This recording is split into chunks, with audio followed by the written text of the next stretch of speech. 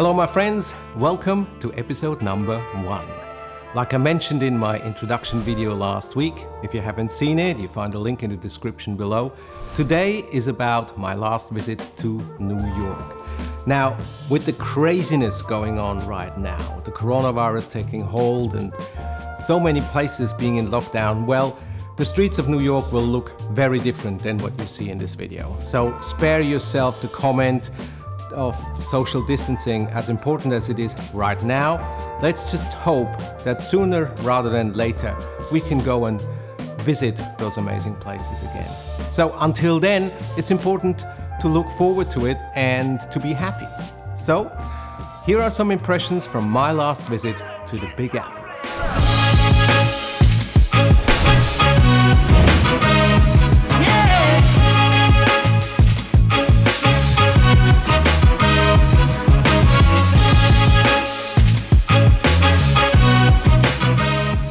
So here we are, welcome to New York. We just arrived last night from Brisbane. It was nice and warm when we left and it is freezing here, but hey, New York is such a cool place, so who really cares? So what's going on over the next couple of days?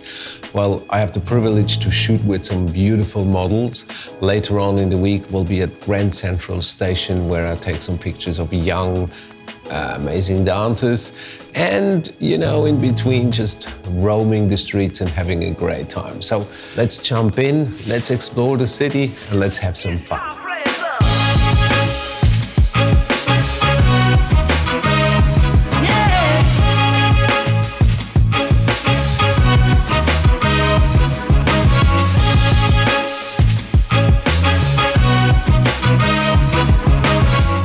So, where to start? When you arrive in the Big Apple for the first time, of course, you can't wait to visit those most iconic sites. I'm talking about the Empire State Building, the Statue of Liberty.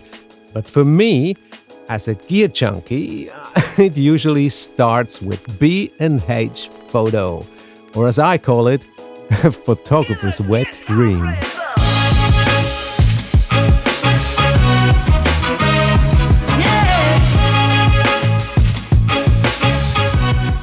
I've been to New York the first time in 1985, I think, so that would be 35 years ago. Back then, the Twin Towers and the World Trade Center were still standing, so visiting this time, of course, I felt like I had to pay my respects to the 9/11 victims and visiting the memorial site. So what else to do? As a photographer, having Alicia Keys blaring in my headphones, I do feel like I want to take a photo of the Empire State Building. Problem is, that thing has been photographed a gazillion times already by the world over. So, sure, I do it anyway, but the trick is to find out beforehand from where. Now, I would recommend Googling best photo spots for any city you visit. You'll find a ton of awesome secret spots. I took this one with a cocktail in my hands from the rooftop bar 235th.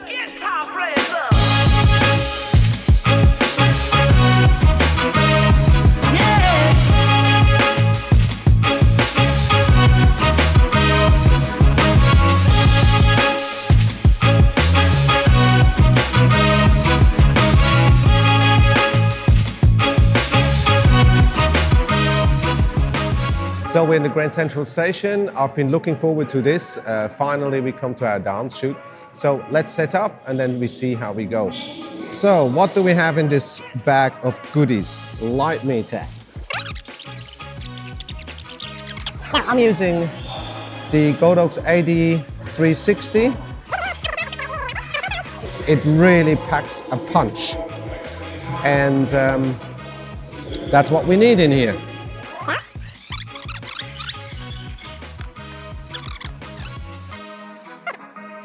All right, I guess that's enough show and tell here, otherwise it's getting really, really boring. So from now on, I'll be quiet and we just shoot.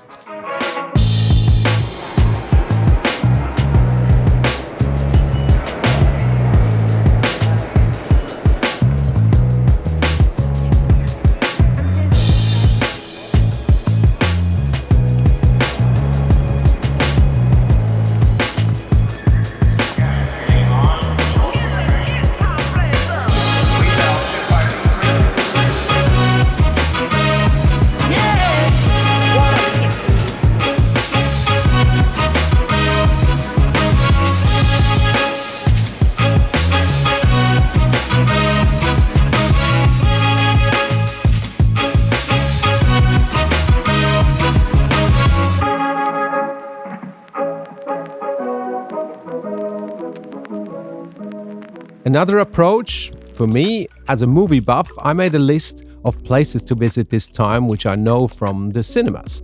One of them is the opening scene from Ghostbusters, which was filmed in the public library.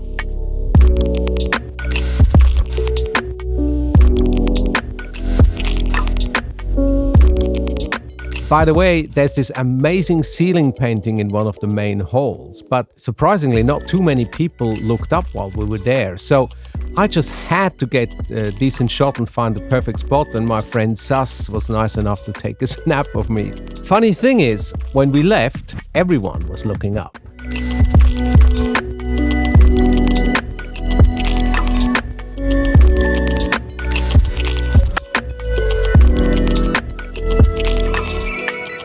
Another amazing day here in New York City. I'm currently at the United Nations headquarters, which is right there behind me, and just coming here for myself to have a look around. But now we're off to Soho. I have a beauty/fashion shoot set up. New York is not all about steel and glass and concrete.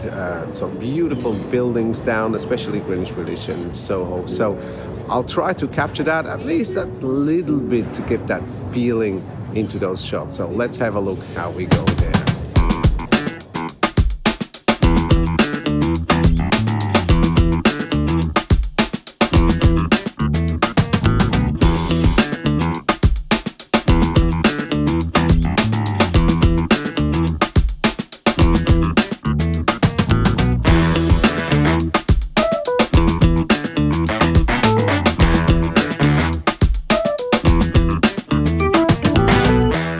And then, of course, we can't forget the nightlife. The non-stop advertising light shows at Times Square is, of course, something you have to see. But as a people photographer, I enjoy taking photos of humans far more.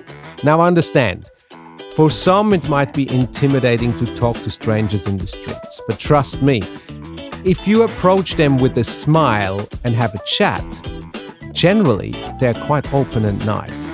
Make them a compliment, I don't know, tell them how cool their shoes are or something.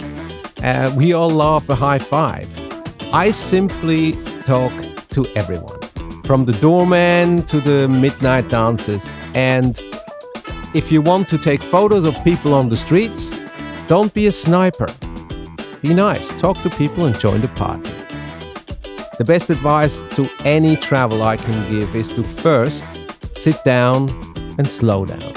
You know, you have to feel it. Well, I hope you enjoyed our little trip to New York. Especially now, I think it's fitting because New York is one of the most hit places on this planet. Well, I wish everyone around the globe all the very best. Stay healthy and, do whatever you need to do to protect yourself and your loved ones. Now, this week was a little bit of an excursion into the past. Now, next week, I'll show you what to do and how to kill your time when you're working from home. Well, you should be working, but if you have time at home, and I show you the things that I do and watch while in isolation. All right, I hope you enjoyed, and I'll see you again next week.